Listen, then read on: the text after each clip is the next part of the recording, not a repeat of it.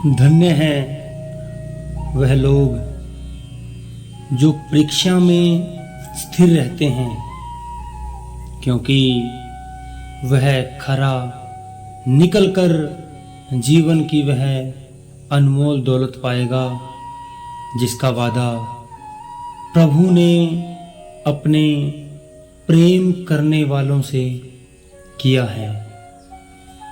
Saint James ने कहा है, भाई मज एक बड़ा अमीर आदमी था, बल्कि अपने गांव का सबसे बड़ा जमींदार था।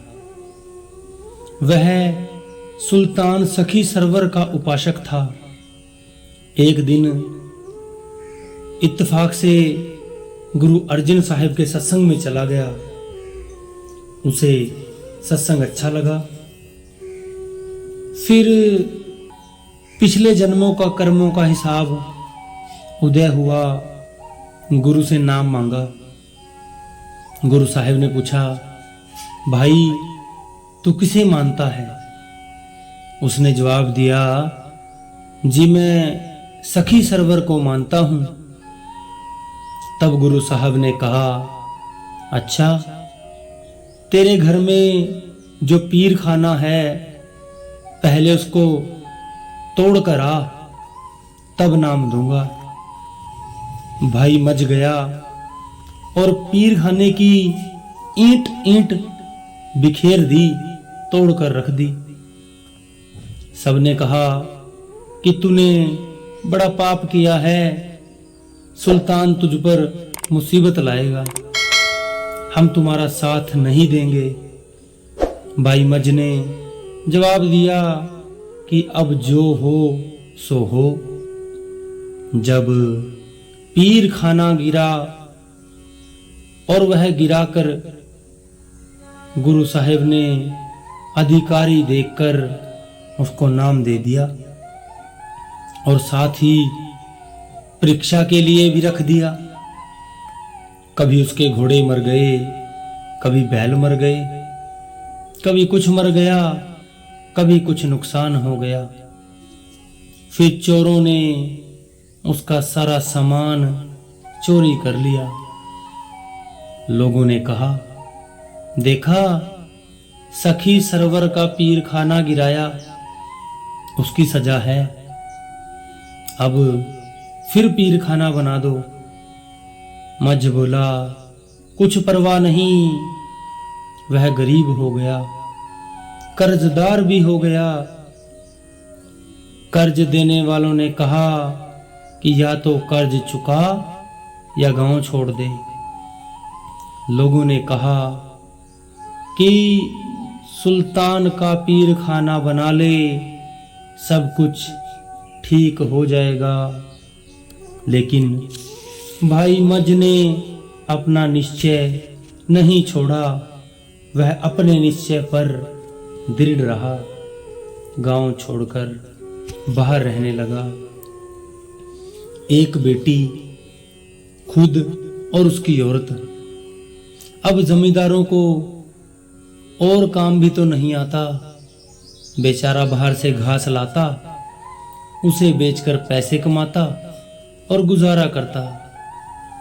जब कुछ दिन बीत गए तो गुरु साहिब ने अपने एक शिष्य को भाई मज के नाम चिट्ठी देकर भेजा और कहा कि इस चिट्ठी की भेंट 20 रुपए है। अगर मज रुपए दे दे तो चिट्ठी दे देना। चिट्ठी भाई मज को दिखाई और गुरु साहिब का हुक्म सुनाया। भाई मज बड़ा खुश हुआ, लेकिन पास कुछ नहीं। औरत से कहा कि अब क्या करें? औरतों के हाथ कान नाक में कुछ जेवर होता है, कुछ बेटी की चूड़ियाँ, कुछ औरत की चूड़ियाँ और अन्य जेवर वगैरह इकट्ठे किए सुनार के पास ले गया। उसने कहा कि 20 रुपए का माल है। भाई मज ने कहा कि मुझे 20 रुपए दे दो। सुनार ने 20 रुपए दे दिए और लेकर वह उस शिष्य के पास आया। देकर चिट्ठी ले ली। चिट्ठी को माथे पर रखता है, कभी आंखों से लगाता है, कभी चूमता है, कभी छाती से लगाता है। 1-2 साल इसी तरह बीत गए।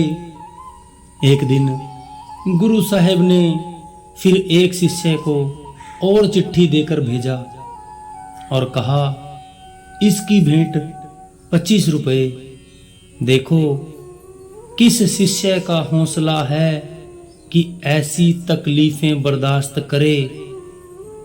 अब मज सोचने लगा कि 25 रुपए कहाँ से लाऊं? पास कुछ नहीं था। किसी समय भाई मज के गांव का चौधरी उसकी बेटी का रिश्ता मांगता था, लेकिन भाई मज ने मना कर दिया था कि यह रिश्ता मेरे मुकाबले का नहीं। अब मज ने सोचा कि उससे मिलना चाहिए। भाई मज की स्त्री चौधराइन के पास गई और कहा, यह रिश्ता हम ले लेंगे, लेकिन अभी हमको 25 रुपए की जरूरत है, वह दे दो। चौधरानी ने रुपए दे दिए और वह लेकर आ गई।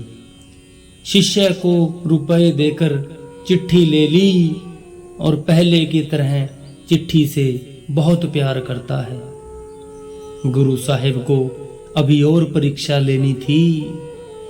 एक शिष्य के हाथ संदेश भेजा कि भाई मज दरबार में आ जा।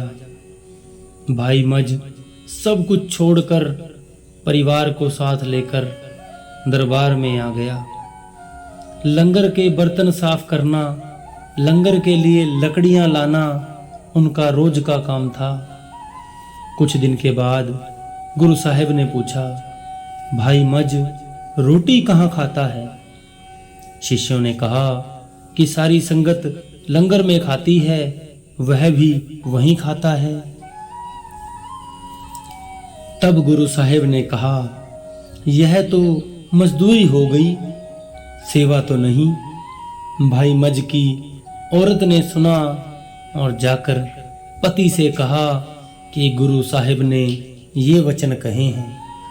मज ने कहा कि कल से कोई और उपाय करूंगा।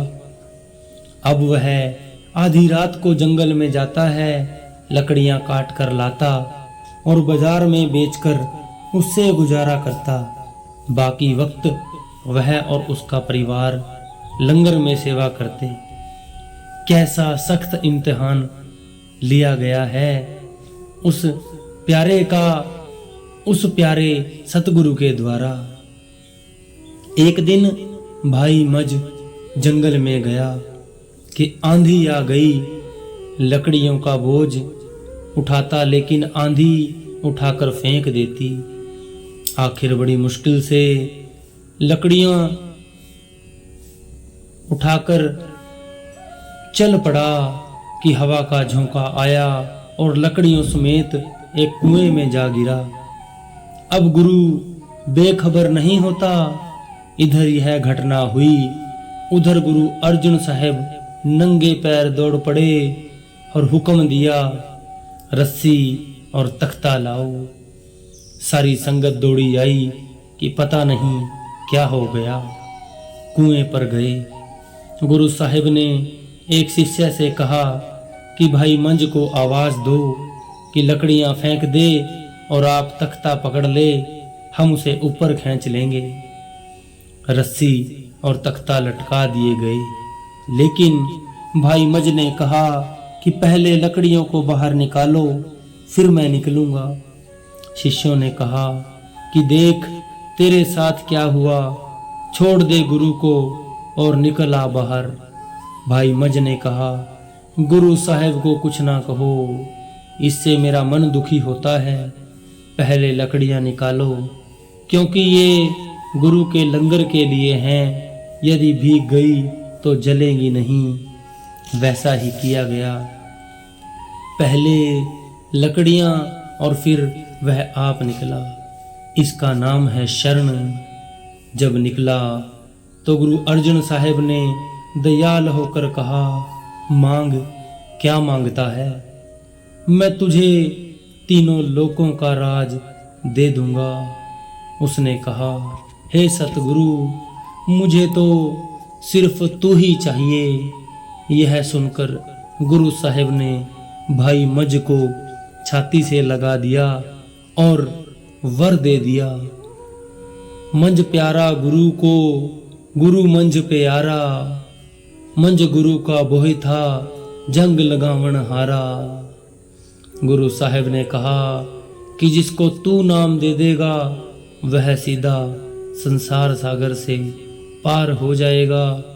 यह है शरण का फल, लेकिन शरण लेना बहुत कठिन है भाई, बहुत कठिन है।